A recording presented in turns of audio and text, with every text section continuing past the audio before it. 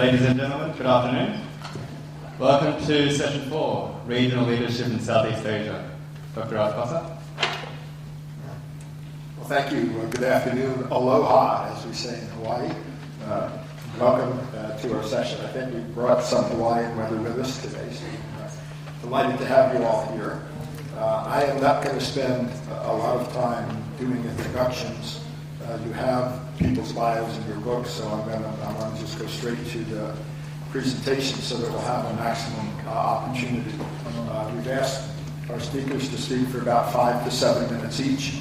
There's a trap door that opens at 10 minutes and they fall into the basement, so they don't want to do that. And then we'll have a little bit of interaction perhaps with us on the stage, but then mostly we want to have an opportunity to hear your thoughts and questions and sort of respond in that area. We've been delighted. I've personally been delighted to see this topic on the program and to see America, my country, sort of discovering Southeast Asia. For an awful long time, this was an area that was neglected. It was then focused on as the, quote, second front in the war on global terrorism.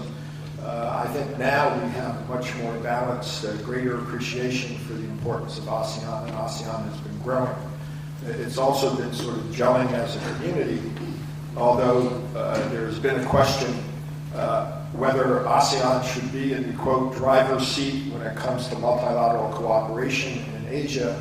And then the bigger question, which I hope our panelists will also discuss, which is who's driving.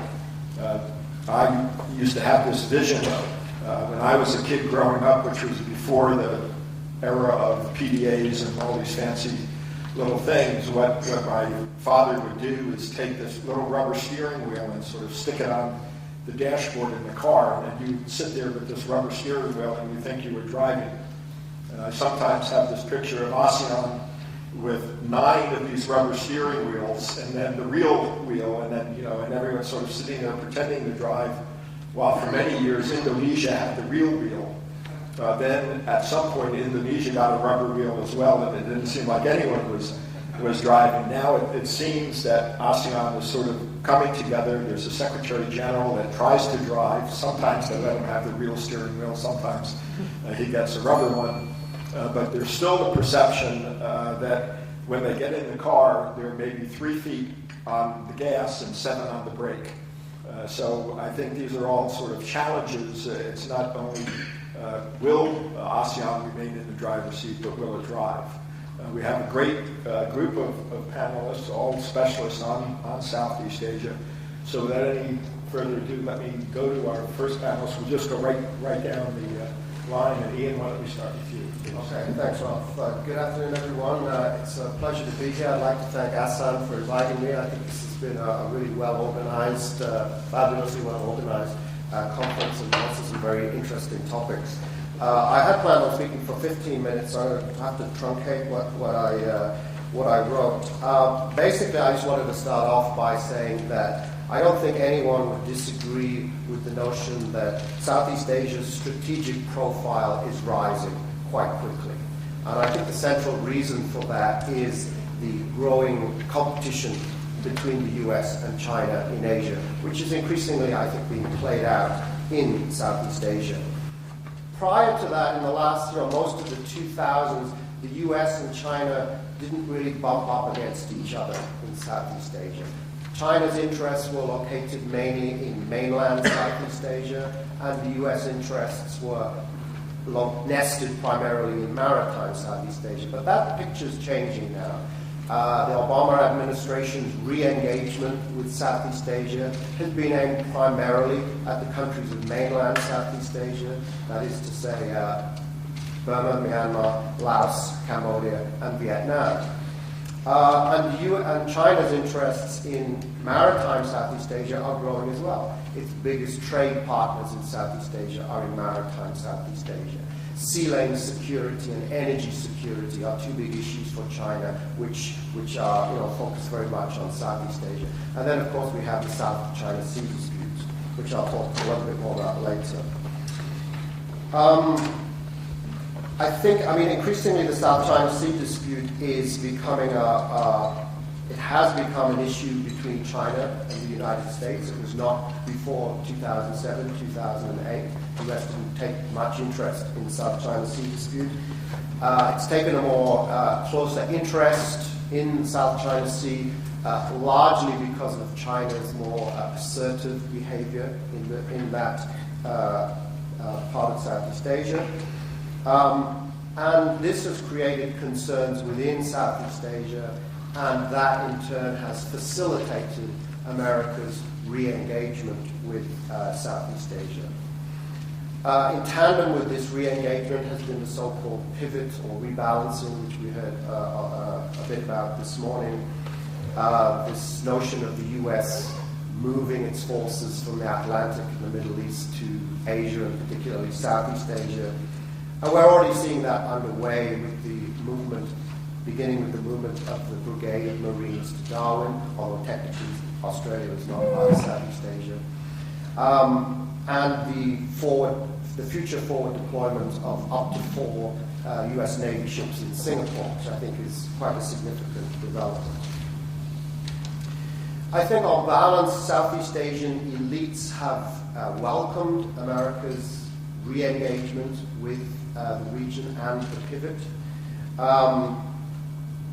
because it underscores US commitment to maintaining a stable balance of power in the region, at a time when nerves have become frayed due to China's growing military power, and again this assertiveness in the South China Sea.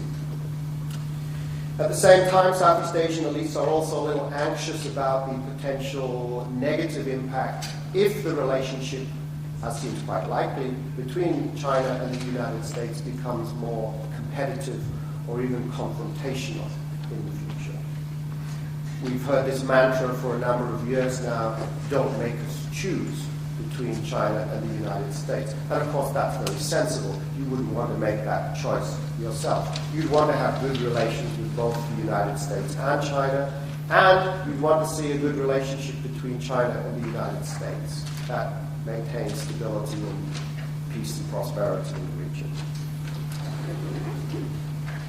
If, as I think many of us believe, that the Sino-US competition is likely to increase, is increasing, will increase, has increased, then in order to preempt or at least take the jagged edges of that competition, Southeast Asians very much look to ASEAN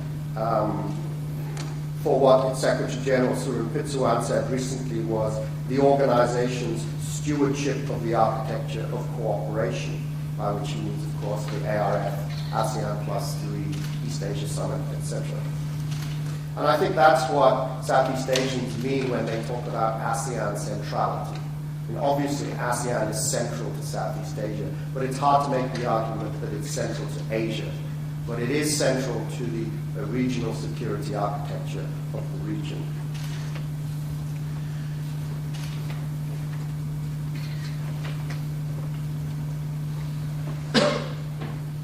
The organization's track record on managing hotspots in the region, though, is patchy, to say the least. And here I'll focus my comments on the South China Sea dispute. I think we're all pretty much aware of the situation there. There are 6 parties, 6 governments that have overlapping territorial and maritime boundary claims in the South China Sea. Tensions have been rising since 2007, 2008. They peaked, I think, mid-2011, probably hitting their highest point since the end of the Cold War. And just in the last few weeks, we've seen a standoff at Scarborough Shoal, which to me, it's very indicative of the fact that tensions in the South China Sea tend to be cyclical. They go up and down, and we're currently on a period of upward tension. In order to better manage the disputes, ASEAN and China signed an agreement in 2002 called the Declaration on the Conduct of Parties in the South China Sea. That agreement is not designed to resolve the dispute, it is designed to better manage the problem. But it wasn't until July of last year, after 9 years of that agreement being in place, that the 2 sides agreed on implementation guidelines So now they've sat down and they're starting to discuss confidence-building measures. I think that, and I know I'm often accused of being pessimistic on the South China Sea. I'm not pessimistic, I'm just being realistic. I think there's a difference. I think that even if these confidence-building measures are effectively implemented, and that's a big if, I don't think that's going to change the central drivers of this dispute. And the central drivers being nationalism, energy, rivalry over energy resources, and the growing militarization of the dispute. ASEAN and China have also agreed to frame a formal and binding code of conduct for the South China Sea, but already that process has run into difficulties and exposed divisions within ASEAN. We just saw in April, there were the two principal Southeast Asian protagonists, Philippines and Vietnam. They would like ASEAN to agree on a draft code amongst themselves before presenting it to China, whereas Cambodia, and I suspect one or two other countries, have suggested that China be involved in the discussions on a code of conduct from the beginning. I think that's a great concern to the Philippines and Vietnam because they fear that if China is involved in these discussions, it will water down the proposals and it will be a rather ineffective agreement document that is produced at the end of the day. Achieving consensus on the South China Sea within ASEAN has always been very difficult because it's composed of both claimant countries and non-claimant countries, and some of the non-claimant countries have very close economic and political ties to China, and they don't want to risk damaging those ties by pursuing a particular policy or line that Beijing would see as inimical to its own interests.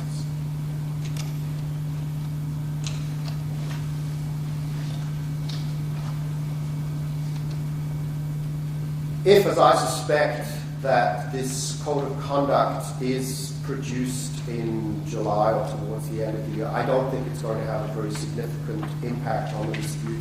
I think tensions are going to fester for a long time. Tensions will be cyclical, they'll go up and down. I don't envisage a major conflict in the South China Sea, but given the increasing frequency of incidents at sea involving patrol boats, fishing vessels, survey ships, etc., it raises the risk of an accidental clash, either through misperception, miscommunication, or miscalculation that could escalate into a much more serious diplomatic or military crisis. And I think that's a particular problem in this part of the world, given the almost complete absence of conflict prevention and conflict management mechanisms among the claimant states. ASEAN, I think, is, to answer the question that is posed in this panel, to this panel, I think it's likely to remain in the driver's seat, whatever that means, in terms of its instrumental centrality. That is to say, it will continue to be the leader of the security architecture forums, the ARF, the EAS, the APT, largely because all the parties are pretty comfortable with that arrangement, and frankly speaking, there's no obvious alternative to it right now. But, and this is my main point, as the competition between China and the US increases, I think we'll see that these divisions within ASEAN, as we've seen over the South China Sea, they're likely to grow, and they're much more likely to become visible to outsiders. And this will put a great strain on ASEAN unity and also the organization's efficacy. An ASEAN that is divided will be much harder to take seriously by the other major powers, even as the main game moves towards greater competition for regional currency between the US and China. So I'll stop there. Well, thank you. You cover actually every single angle, so it's very hard to proceed after him. Actually, he's very well versed on ASEAN and South China Sea. I will add a little bit to what he just said, but I will focus on the ASEAN perceptions of all these changes. But first of all, I have to answer, can ASEAN occupy the driver's seat? If I said no, that would be the end of the talk, right? Actually, you're talking about ASEAN 45 years old. It's not that easy. We need a close scrutiny because ASEAN has a very mixed record of achievements and failure. And I think when you look at ASEAN in the driver's seat, it's actually an old mode of ASEAN, is driver's seat that ASEAN took in the past 30 years, and ASEAN has 5 members of the like mind, long-standing leaders, Lee Kuan Yew, Suharto, Mahathir Mohamad, not counting Prime Minister Hun Sen now, which is the long-lasting leader of Southeast Asia, clamoring for recognition. He's getting very mad actually because he was very upset with the outcome of the ASEAN summit recently in Phnom Penh, that he did not try to promote China interest. So you have this the notion of driving seat before 2008 that we have to do things by ourselves, organize, set the agenda, fix the venue, don't let other people getting in. That's the whole idea. But this kind of thinking mindset is no longer attainable because of the full engagement by major power on the issue that's arising, particularly South China Sea, and also internal problems within ASEAN. So after the expansion of ASEAN, particularly during the 1995 to 1991, ASEAN expanded quite quickly, adding 4 more of different thinking and mind, and also political culture, decision making has been slowed down, consensus is even harder. So I think ASEAN in the driver's seat is getting more difficult. Surin even joked from time to time, said that please don't talk about driver's seat, let's talk about your driving license because it's no longer valid. So you better out, So, but then when 2008 comes, it's very interesting. Driver's seat is no longer the kind of slogan used in ASEAN document. The first ASEAN centrality was used in ASEAN document in the high EPG, high-level eminent person group in drafting the ASEAN Charter. They said that we have to maintain ASEAN centrality. If you ask me what is centrality, I cannot answer, just like Storey put to you. It's simply, that whatever we do, we have to be concerned of ASEAN agenda interest, the way we hold together, make sure ASEAN voice take into consideration ahead of any others. I think that's probably it. But that's against the external factor mainly. But ASEAN centrality within ASEAN, that is the major problem. I will focus this. And I think you have pointed out very clearly that ASEAN discord over South China Sea will weaken ASEAN in the end. At the moment, ASEAN is very divided, sad to say. You have 4 groups of ASEAN members. At the first tier, you have non-claimant and claimant of South China Sea, this group. So when you conduct relation with China, you have to divide between these 2 groups. But within the non-claimant, you also have those countries that have taken a softer approach toward China, particularly Thailand. And then you have country that within the claimant that also take softer approach to China. For example, in case of Malaysia, harder approach was Vietnam and also Philippines. So you have these 4 different group of countries now. So it's very tough to organize. And if you ask me ASEAN centrality in that sense, I don't think ASEAN centrality has achieved anything at all. If you compare 1995, that was ASEAN centrality, and it's just why? Because ASEAN could stand up and issue a statement condemning China aggression over mischief free. And I think that would be the last time that ASEAN could act as one entity against China. At the moment, no way. With all these reasons, heat up argument, every single ASEAN country is taking their own position. And that is very dangerous because it weakens ASEAN's centrality, ASEAN's what Indonesians would describe as ASEAN voice in the global community. It was completely a failure because during the Vietnam share, Vietnam was actually the first country to propose to ASEAN that, come on, let us list issues that we can forge a common position on global issue. I think Vietnam at the time has in mind South China Sea, but ASEAN failed. Up until today, ASEAN could not organize list of global issues that they could have common position. For example, even issue like climate change failed completely.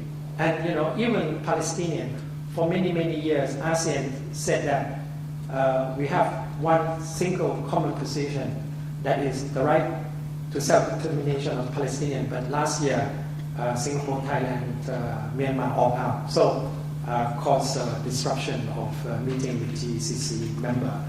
So it's very hard to see how ASEAN can hold together on important issues. That is why I think ASEAN's centralities in the future will be under severe test.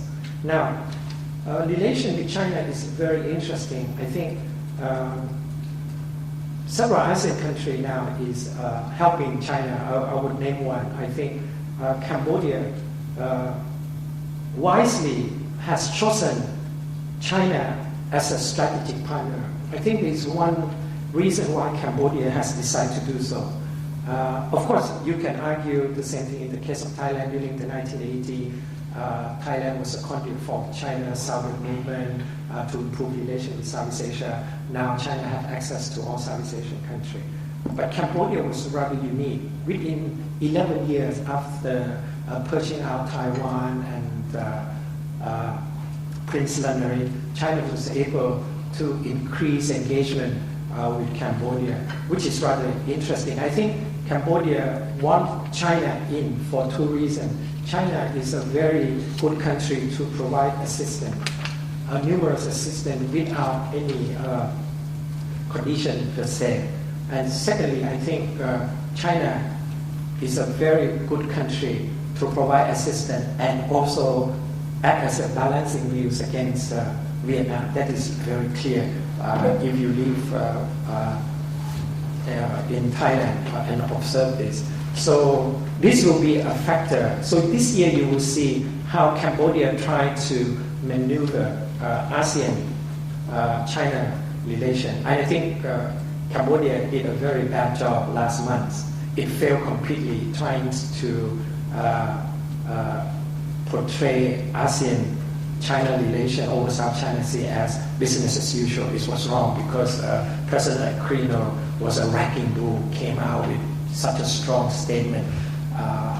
It was unbelievable. And mind you, Filipinos' position was not well liked by ASEAN member because Aquino was not serious, he's not interested in ASEAN affair. If it was Vietnam like July 25, 2010, I think people would respect and I think people would much listen to Vietnam position, but Vietnam was conspicuously silent this time, knowing full well the game was in the Cambodian court.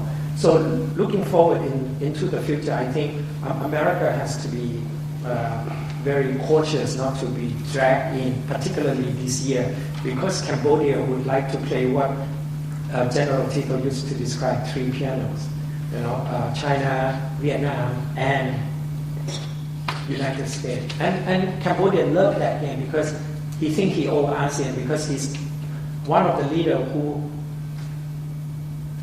know ASEAN by his backhand. He engaged ASEAN, he cursed ASEAN long before. In 1997, he even said that don't even return to Cambodia, ASEAN, in the next 20 years.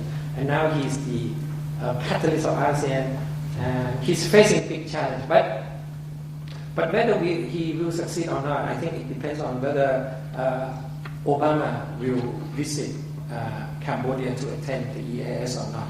And I think it's very important to have Obama there. Why?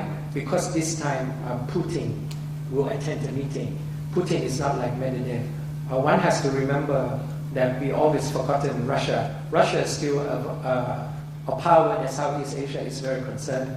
Putin, in the year 2005, during the inaugural East Asia Summit, Putin gave cash into the EAS, almost get admitted. Luckily, there was a diplomatic tete-a-tete between Condi Rice calling Prime Minister of Malaysia, said, please don't. So in the end, Putin was invited as a special guest of the host. But even today, certain vice service continue to misreport Russia as observer of EAS. There's no such thing as observer of EAS. So this time Putin will come, and I think Putin will use the EAS in Cambodia to exert Russians' profile.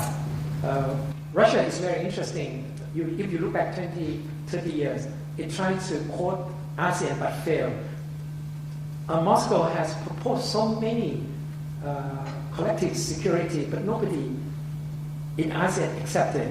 Pacific Concord, blah blah blah. Nobody take it seriously. But I think this time Putin will come to the region where you have a shifting political landscape. Now all ASEAN countries, including Myanmar, have equal status. Major power have equal access to this country. No more discrimination. I think level of playing field ASEAN has increased, but ASEAN is not an enemy to any group of major power. This is why it can maintain. But I'm not so sure whether ASEAN can maintain this because it's very extreme. Relation with China, for example, from the standpoint of Thailand, Myanmar, from Laos and Cambodia, these four countries are very strong and very close, and it could tilt ASEAN relation in the future. Especially the next 3 years, Thailand will be the coordinator of ASEAN-China relation. And ironically, Myanmar, which is I would describe as a new game changer, will be the coordinator of US-ASEAN relation for the next 3 years. So I think you will see very interactive engagement ASEAN with major powers. Thank you. I think I share a lot with the idea put forward by Kevin and Jan. But I'd like to add something purely on the question whether ASEAN could continue to take the driver's seat. This is a general idea, not only on the South China Sea issue or relations with China or US. You all understand that in ASEAN was established in 1967. By that time, the idea of driver's seat was not mentioned. It was not. Until 1995, when the ARF established the ASEAN Plus, 3 ASEAN Plus Summit, and ASEAN Summit with China, Japan, Korea, and the free nuclear zone in Southeast Asia. With a new mechanism in forms, ASEAN started emphasize on the leading role of ASEAN in all these issues relating to the problems of the regional community. ASEAN is a regional organization. So I think that's the whole thing since 1995 ASEAN has been dealing with is regional, the South Asian problem. That's why ASEAN has to take the leading role. ASEAN has to take the driver's seat. It is a matter of sovereignty of the region. It's a matter of regional interests. And I think in the last 20 years, almost 20 years, ASEAN has been driving the car, regional car, pretty good. But now, why we put forward the question of, can it continue to drive, take the driver's seat? It's understandable because new circumstances occur. The problem occurred in ASEAN. ASEAN as organization, and in each member states, Myanmar, Thailand, Cambodia, Malaysia, a lot of things. New mechanism has been established. The East Asia Summit and the Defense Ministerial Meeting Plus, that's a new thing. All these initiated by the ASEAN and established and organized by ASEAN. And also the South China Sea problem getting more and more serious that people have to take care of. In face of this new development, people wonder whether ASEAN is able enough or united enough to continue driving the car in the region, South Asia. I think the driver's seat position now is more difficult. But ASEAN Association can do it and must do it because China considered by many people in the region the regional superpower. China wants to be the global superpower. We don't know how long it will take, but that's the ambition of China. And China needs South Asia. China needs ASEAN Association if it wants to be some sort of superpower. America is coming back, re-engaged, as Jan mentioned, but Hillary Clinton mentioned in Hawaii, Indonesia, that America will return and stay. America will return and stay. So if America wants to deploy its strategic policies in the region, it needs ASEAN. Trying to have good relations with Vietnam, Indonesia, Singapore, the Philippines, and some others. And the other dialogue partners of ASEAN, like Canada, EU, Australia, all need ASEAN. Because as our colleague said, that South Asia is very critical strategic region. So everyone needs it. And among these guys, no one wants to take away the driver's seat from ASEAN. No one. And no one wants to leave that driver's seat to the other except ASEAN. US never agreed to give China that, and vice versa.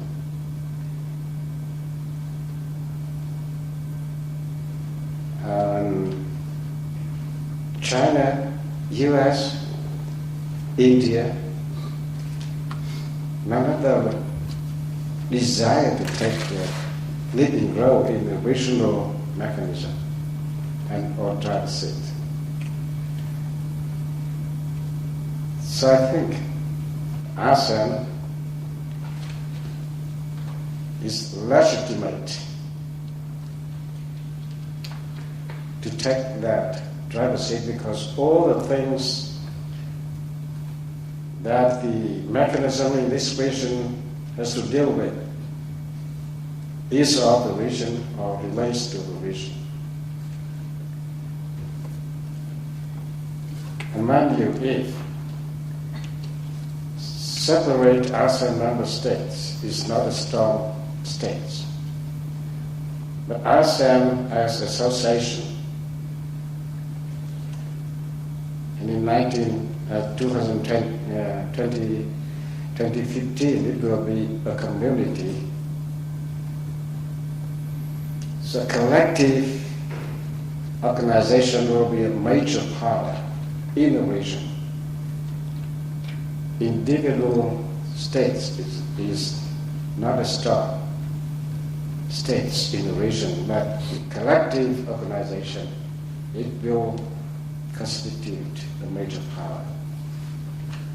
So every outsider had to take care of this, needs this organization, need to work with, and need to respect. I think nowadays the outsiders, we call it the dialogue partners of ASEAN, needs ASEAN more than before. The ASEAN Association realized that demand. They had to change. ASEAN is changing, and each member state in ASEAN is changing too. ASEAN is now going to have the community with three pillars: economic, political security, agriculture. By 2015, we don't know whether. Kavi, you're sure that it will be by 2015? No, we will start.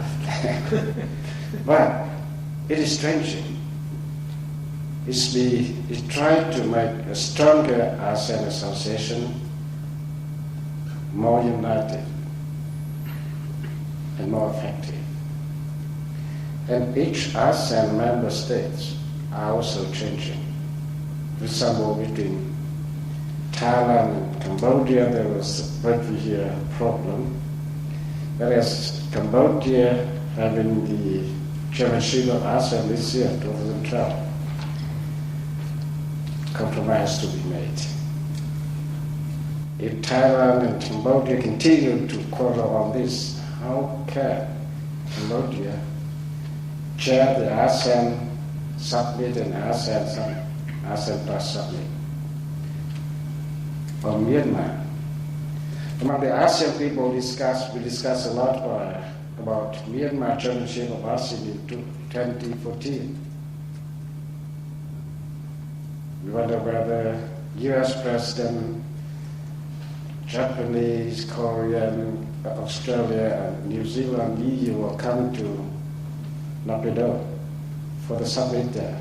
If Myanmar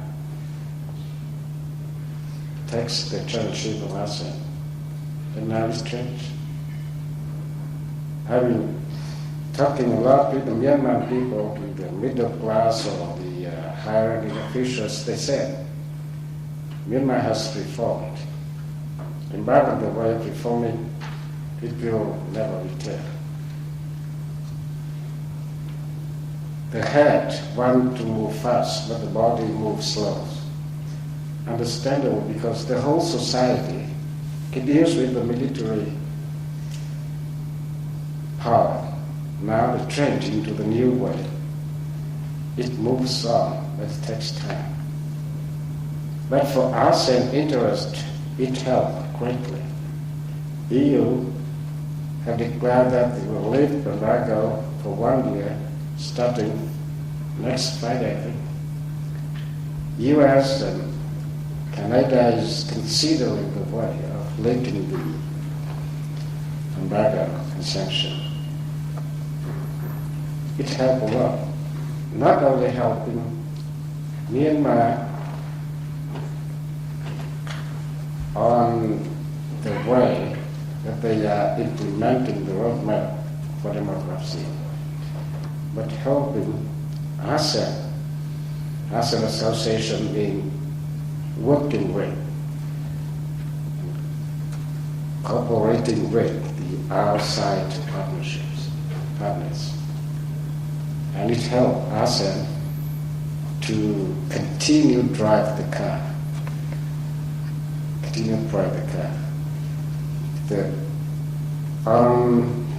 The good driver, excellent driver, the car will run smoothly and fast, safe.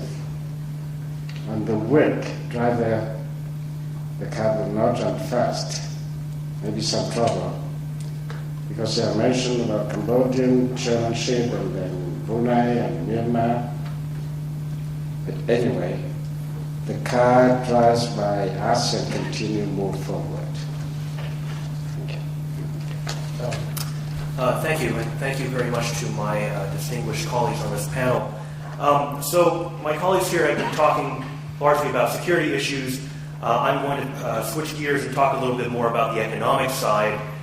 So as many of you are well aware, ASEAN is in the midst of this project to build an ASEAN economic community by 2015, along with the other two pillars that Ambassador Lee mentioned, the socio-cultural and political security communities. And I want to make just a couple of brief observations regarding this. The first one is interregional economic integration via the AEC. It's moving forward, but it's fallen behind schedule. The most recent AEC scorecard came out at the beginning of this month, and the ASEAN states have met 67.5% of all the targets scheduled to have been completed by the end of last year. So that's the bad news. The good news is that tariffs have all been eliminated. Over 99% have been eliminated for the ASEAN 6, excluding Cambodia, Laos, Myanmar, and Vietnam. And for those states, over 98% have been reduced to the 0 to 5% level. But that was the easy part. The hard work now is to remove non-tariff barriers, to liberalize trade and services, skilled labor, investment, and capital.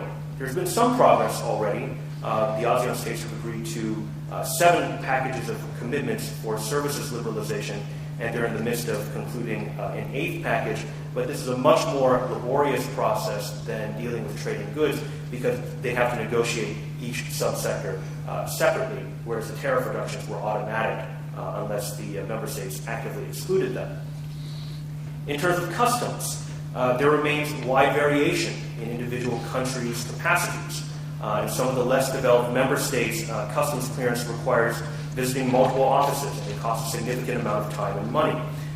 They talk about an ASEAN single window, which would consolidate all these into an electronic process, and they talk about, well, the clearance process can be done in 30 minutes, but this is still very much often in the future. And the national single windows, the national single points for customs clearance still need to be set up in Cambodia, Vietnam, Laos, and Myanmar. And unless this is done, a lot of businesses are not going to be taking advantage of the ASEAN Free Trade Area tariffs because of all the red tape involved. So this brings me to my second point, which is the comment that Kavi just made, that 2015 will mark a beginning point rather than an end point for the ASEAN economic community, or the ASEAN community. I think is spot on. I don't think we're going to see a big jump in intra-regional trade come 2015. I think we will see a gradual increase.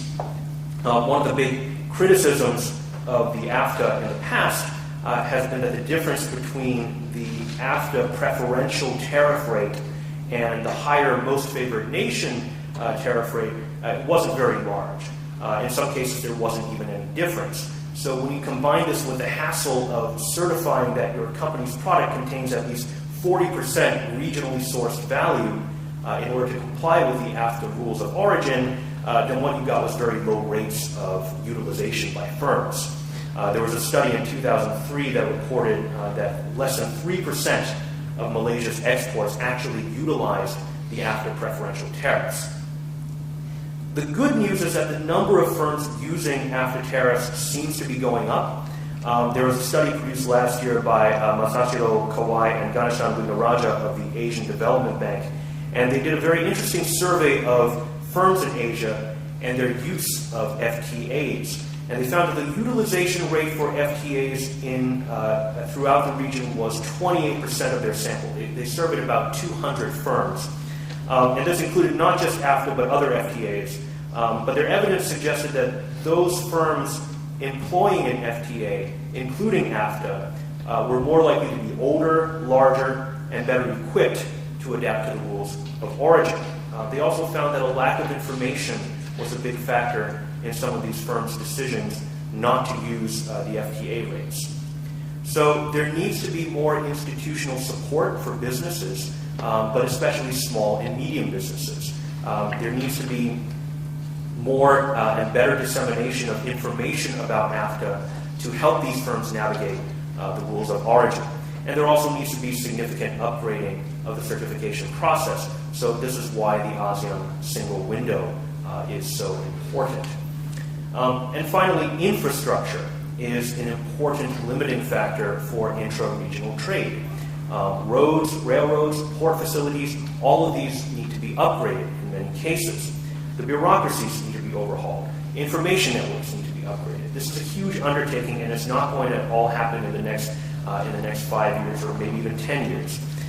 So I think, however, as carrots continue to fall, as the AEC matures, and as more and more companies learn about how to deal with the FTAs, I think the utilization rate will start to go up. This brings me to my final point, which is regarding the relationship between the ASEAN economic community and especially the ASEAN socio-cultural community, and specifically how trade affects other non-trade issues. And I'm talking more about what we might call human security issues, human rights issues, labor rights issues, environmental issues.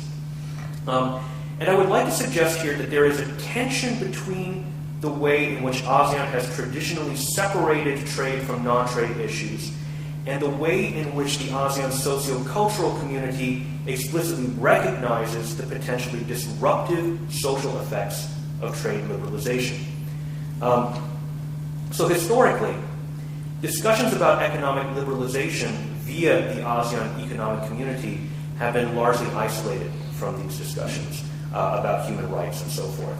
And this goes all the way back to the first WTO ministerial conference in Singapore in '96, when ASEAN collectively agreed to oppose any attempt to link trade issues with non-trade matters, such as these social issues.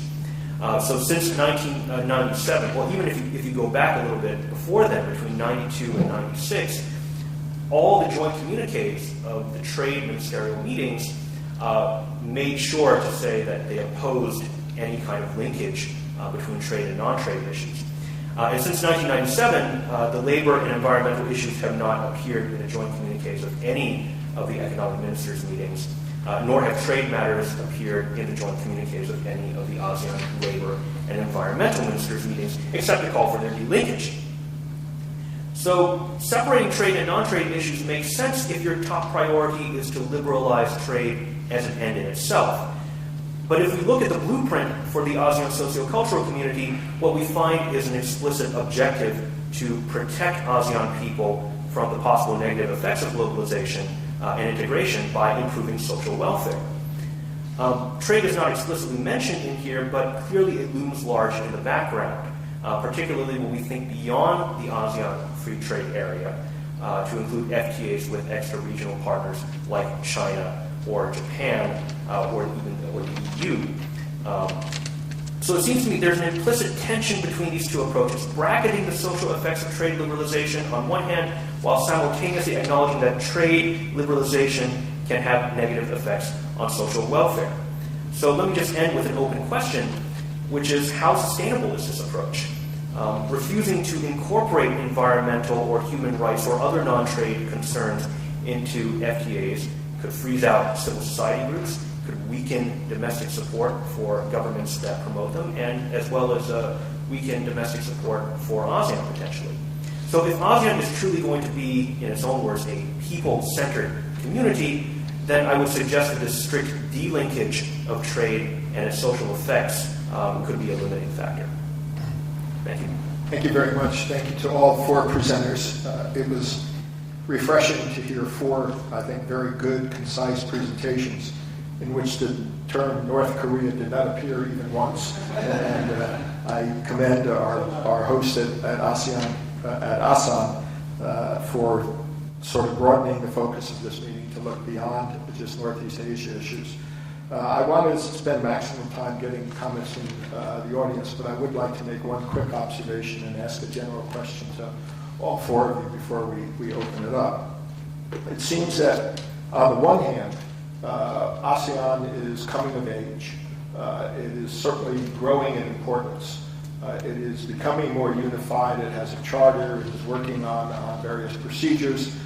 It's become, quite frankly, it's become more acceptable internationally. The reforms, if you will, limited as they may be so far with Myanmar, have taken the one black mark, the albatross, off of around ASEAN's neck. So there's a lot of positive steps that open the door for greater ASEAN role, greater ASEAN leadership.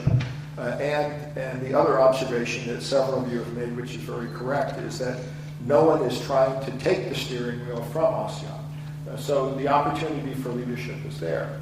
But on the flip side of that, what we're hearing, and at least 3 of you touched on this, is that the unity within ASEAN seems to be fracturing. This is not just the South China Sea. We've certainly seen it between Thailand and Cambodia. We've seen it in a number of other issues. But I would ask the question if today, if the South China Sea issue has become the litmus test for ASEAN. And if it is ASEAN failing? Ian, why don't you quickly respond, and then I'll ask each of you to just give your comments on that. I think ASEAN on the South China Sea, given the problem of consensus, I mean, it does have a consensus, ASEAN on the South China Sea. It's a bottom line consensus, which is peace and stability in the South China Sea is in everybody's interests. We want this issue resolved peacefully without the use of force and in accordance with international law. That's the bottom line consensus.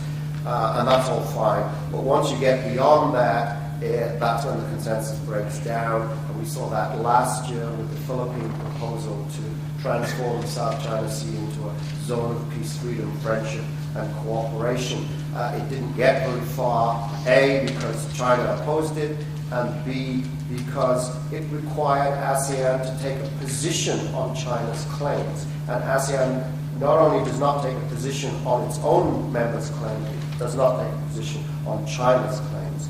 So they weren't able to forge a consensus on this. So there has been some, perhaps will they be able to achieve some limited progress in managing the dispute if the declaration is effectively implemented and they can come up with a robust code of conduct. I'm not very optimistic about that, but let's assume for the moment they might be able to make some progress. But beyond that, resolving the disputes, I don't see that happening for a very, very long time. So in the sense of resolving the issue, then ASEAN is there. You would, I assume, agree with Kavi's earlier comment that the kind of statement that we saw in 1995 regarding mischief relief is just not going to be possible in the ASEAN of today. I was asked this by a journalist yesterday, if something happens at Scarborough Shoal, what will ASEAN do? And I said there's 2 options, there's 2 possibilities. It will close ranks behind the Philippines, or it will fall apart over this issue. And I think it's likely to be the latter. I don't think they can see a repeat of 1995. That's right. And that gives the sense of urgency why China and ASEAN have to come to terms quickly on code of conduct. And I agree with Ian's assessment that even with the code of conduct, there will not be much progress. But it will keep the issue ASEANized instead of internationalized from July 25, 2010. China and ASEAN want to keep it ASEAN affair. So you have code of conduct, then that will be the renewal. So I think both sides will work very hard. I have seen the draft. They have finished it, but it's very interesting because Philippines just want to cry wolf, say that please don't let the Chinese have all this. But in the end, you must have China's acquiesce because it's China is your partner that you have to sign. So I think there will be some compromise so that it will be signed within this year under Cambodian chair in November. Let me make something clear. The statement you mentioned, 1995, and the present one, it's not in the same context. The difference among the ASEAN member states, mostly led by history, not the new problem, is the problem led by the history, the Brexit here and other things. And the ASEAN member states are trying to solve these problems, and up and down, the compromise made and sometimes not. So that is not because ASEAN having the new contradiction that they cannot have the unity in working out something. The other thing we also have to recognize that the rise of China and the coming back of America viewed by ASEAN in different ways. Some support the ASEAN return, some refuse to support, even close friend of the US. Some were happy with the rise of China, some were always on alert with the stronger China. That's a different thing. These things cannot be some sort of unanimous position among the ASEAN. And one other thing you mentioned about South China Sea, it is very difficult and long-term problem. You have to differentiate things here. The overlapping issue, that is sovereignty issue, must talk and settle by the direct claimants, not by ASEAN with China, but also between Vietnam and China, spreadly between Vietnam, China, the Philippines, Malaysia, Brunei, Taiwan.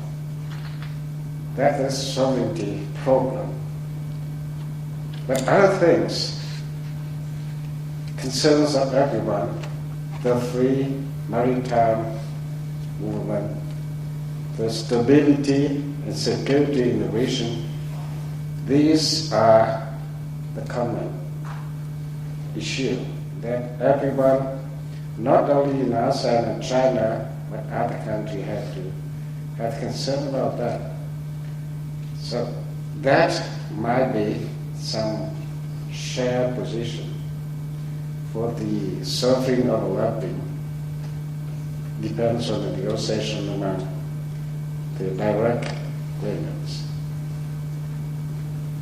I was the leader of the ASEAN office of ASEAN Vietnam, and I was working on the VOC, CSIS, and VOC in 2002.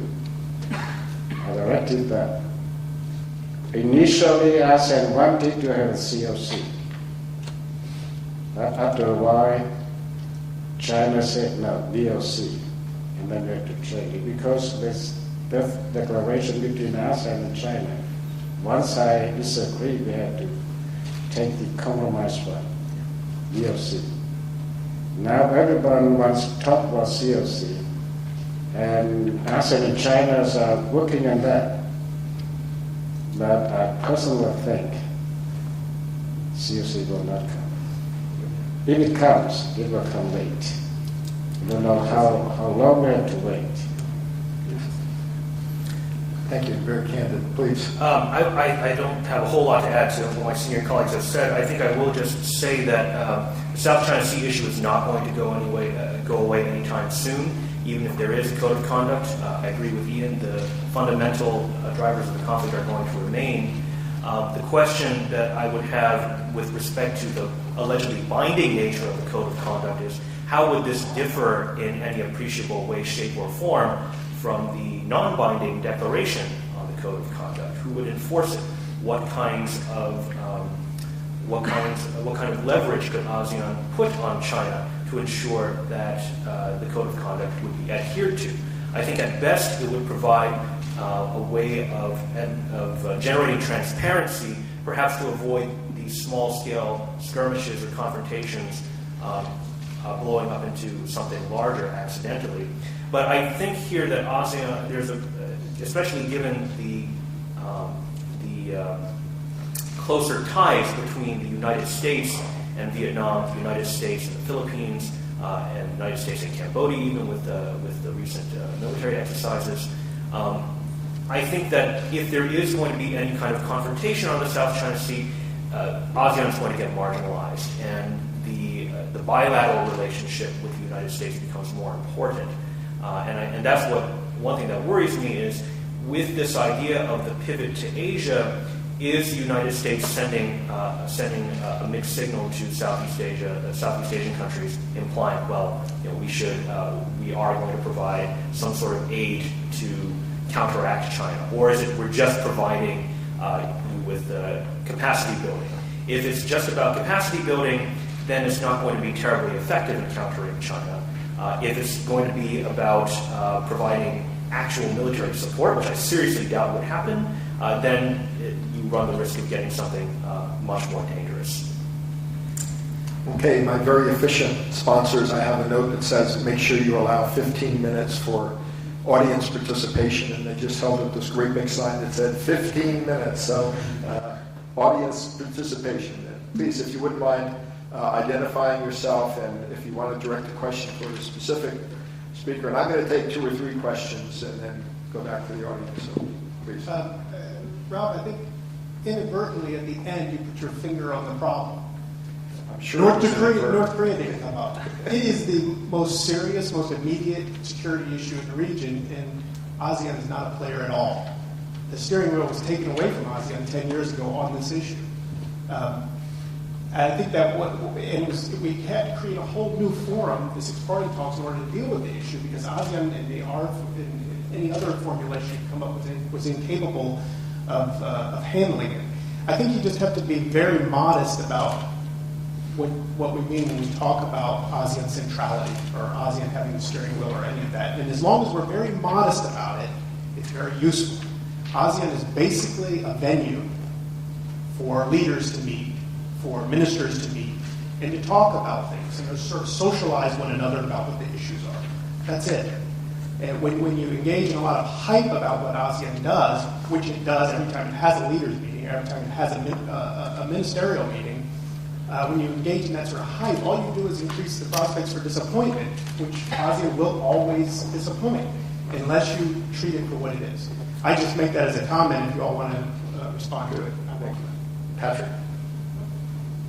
Thank you very much for these presentations. I mean, I took ASEAN centrality to mean that ASEAN has a strong common interest in making sure that big external powers, China, the United States, Japan, for instance, are not leading issues that directly affect the ASEAN members. And it seems to me that's going to continue. And so I'm really curious to follow up on Ian's interesting comment at the end of his opening remarks about how the visibility of differences within ASEAN will grow, even while on the other end of the spectrum we're heading toward this ASEAN community, which is the beginning of a strengthened ASEAN. So reconcile, if you will, and maybe you were just talking about the fissures that would grow with the code of conduct, I'm not sure. I took it to mean more generally that as ASEAN grew in power, Ian, you were talking about the differences within ASEAN, Kavi, the same remarks you made about there's going to continue to be dissent within ASEAN over who's actually holding that steering wheel. But I go back to the main point, Ralph, that an ASEAN preferred regional architecture for cooperation is they take turns with a real steering wheel, and the 8 outside powers have the rubber steering wheels. Good, thank you. Other comments, actually? Yeah, please. Kim Jun-gil from University of Asia Pacific in Manila. You have talked about China's ambition, maritime ambition, South China Sea. But you have already, China has a long history with dispute with Japan and Senkaku. Recently, China has challenged against Korean Yeodo, a small rock south of Jeju Island. Is there any international cooperation, to protect, to solve these disputes, Chinese maritime ambitions? Thank you. Yes, ma'am. Hi, Alan Leighton. I was a little surprised at how little attention Myanmar got in terms of whether, Myanmar's success as a re-emerging power, given its size and the fact that the outside world seems so deeply interested.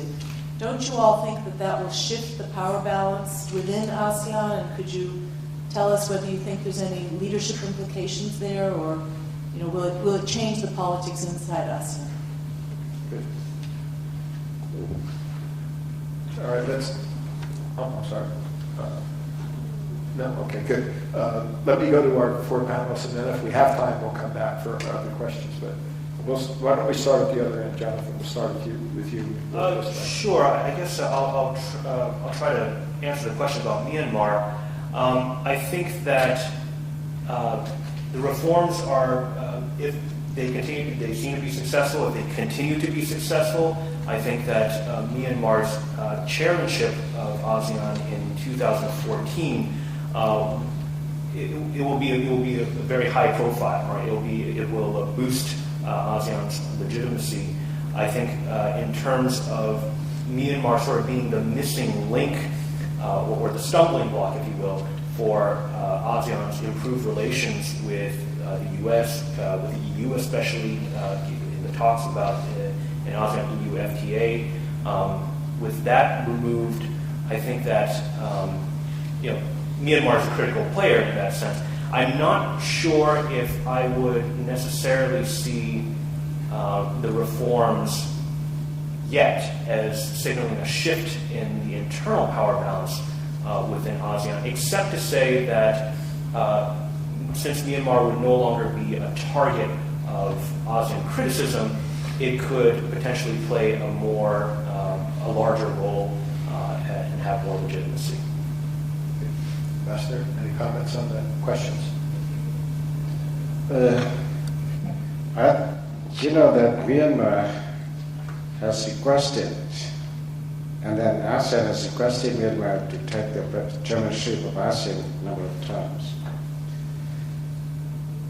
But lately, Myanmar confirmed that it will try to have the chairmanship by 2014. And that is a special way of regulating, or it's a practice of ASEAN that as a chairman, you can chair the meeting, chair the thing, but you are not the only one to decide things in ASEAN. This is a unanimous position. But of course, a strong chairman will be better for the association. But with the outsider relationship, I think, as I mentioned, that ASEAN wants to take the leading role. It must be neutral. ASEAN cannot stand on the side of U.S. to oppose China or otherwise, vice versa.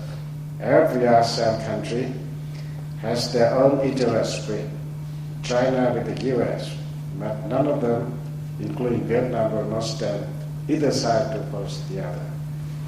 So the leadership in ASEAN is, the chairmanship is individual state, but the leadership is collective one, and collective decision made by the ASEAN Association. Kavi, Ben, please comment on the other Yeah, I will touch on Myanmar and then North Korea. I think Myanmar is a game changer in the new political landscape within ASEAN for several reasons. As you can see, the reform that has been taking place due to several reasons. One of the things, a lot of credit has to be given to Aung San Suu Kyi and the meeting of mine with President Deng Xiang. Aung San Suu Kyi is a Louis Vuitton of world leader, She attracts all the things that I think this will be a very important factor within ASEAN, provided that Aung San Suu Kyi connected with Southeast Asia. She's very Western. She's too connected with the West. But if she has the kind of connection with the rest of ASEAN, she will be a political icon in the modern time, because in Southeast Asia, we lack that kinds of political icon. We do have independent, like Yen Ai Kwa, Ho Chi Minh's Rizal, Philippines, and all that, and dictators, LKY, Suharto, Mahathir, but no one symbolized like Suu Kyi. I think that's one factor.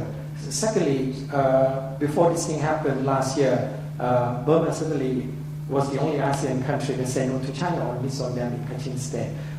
Whether it will resume in the future or not, it doesn't matter. The matter was very clear that Burma has a very independent mind, and they don't care a hoot of others. In fact, all these developments that have been taking place, Burma only give themselves credit and say that we just want to change.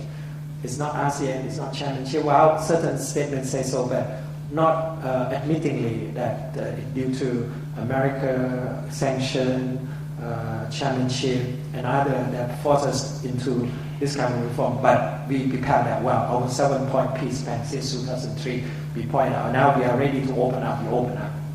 And third, why Burma will be a game changer in ASEAN? Because it has a very clear-cut policy that people can predict its behavior, unlike any other ASEAN country. For example, Thailand. People always ask why Thailand should have played that profile, given the size and all that. Now I think the attention shifts to Burma, because Burma, when Burma is bad, very bad, but when they are good, they're better, even for 3 days, 3 months, now over a year. So I think that made Burma so special, and I think it will move Burma into the top rank of ASEAN member in influence the change of strategic landscape. Now, there are other reasons too. For example, in 2014, which is less than 450 days, there will be a review of Human Rights Charter, ISEAS, and Burma will definitely want to have a positive change on that. Because when it's under the military regime, Burma came up opposed putting values that taking away from the UN Charter. Now I think you will see some amendment, some form. After all, Burma was the 5th country to establish National Commission of Human Rights. So now you cannot hide behind Burma anymore, Singapore or other countries for that matter. Now you have to see whether the Human Rights Commission of Myanmar will be efficient or not. If it's efficient, it will turn the table of ASEAN. In fact, the invitation of Burma of electoral observer was unprecedented within ASEAN. It's actually shocked ASEAN. And Plenum was very surprised, asked for consensus. Hey, what are we going to do with this? Burma suddenly asked to send someone. It's unprecedented. It will lead to other things. So Burma has done the most incredible stuff. And I think there will be a lot more, because Burma from now on, after years and years being the target, Burma wants to be the pusher, just like Indonesia for the past 12 years. It suddenly become it used to be the lowest denominator.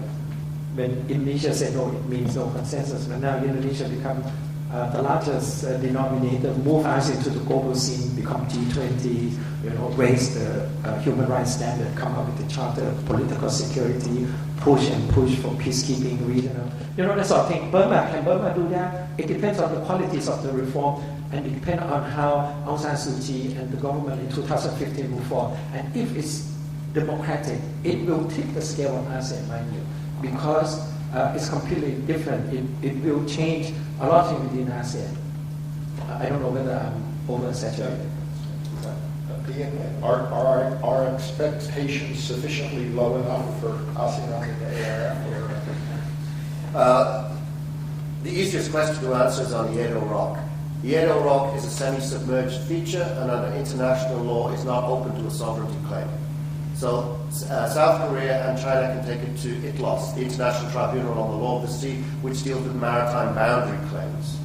But the problem with that is that China has opted out of the Maritime Boundary Claims Clause. So I think you're just going to have to sit and discuss that for the next 50 years. I don't think there's going to be any resolution to that.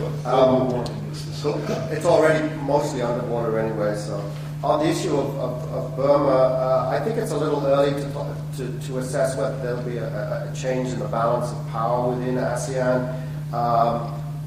It's possible. I mean, I think a good example would be Vietnam, which joined in 1995, and after learning the ropes, very quickly became a tier 1 player in ASEAN and has remained in that position. Whether Burma can replicate that or not, I don't know. It remains to be seen. I agree with Jonathan, though. I think the most important thing is the issue of sanctions and improving relations with the EU and the US. But Burma will always try and balance its relations with China and India and other countries. Don't rule China out of the game in Burma. It has huge interest in Burma. And it will deal with any government in power. And remember, these two countries share a 1,200-mile border. They have to get along. I think Walter Lohmann was spot on about ASEAN essentially abdicating the responsibility for North Korea. But it's not only on North Korea, it's on a whole host of hard security issues as well. South China Sea, Taiwan, Kashmir, etc. And I think that, ARF is going to be 20 years old in 2 years' time, and we have to really look at what it's achieved in that time. Not a great deal, actually. Stop there.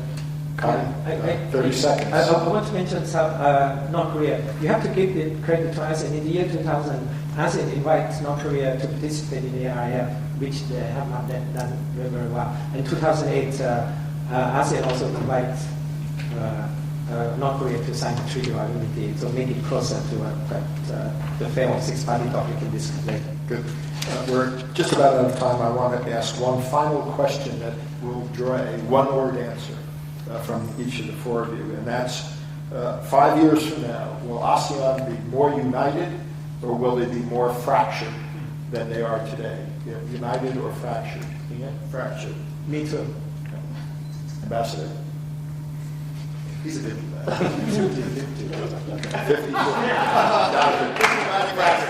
Fractured.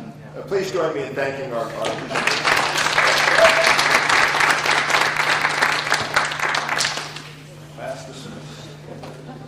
I will now have a short break, and the next session will begin at 4 o'clock. Thank you.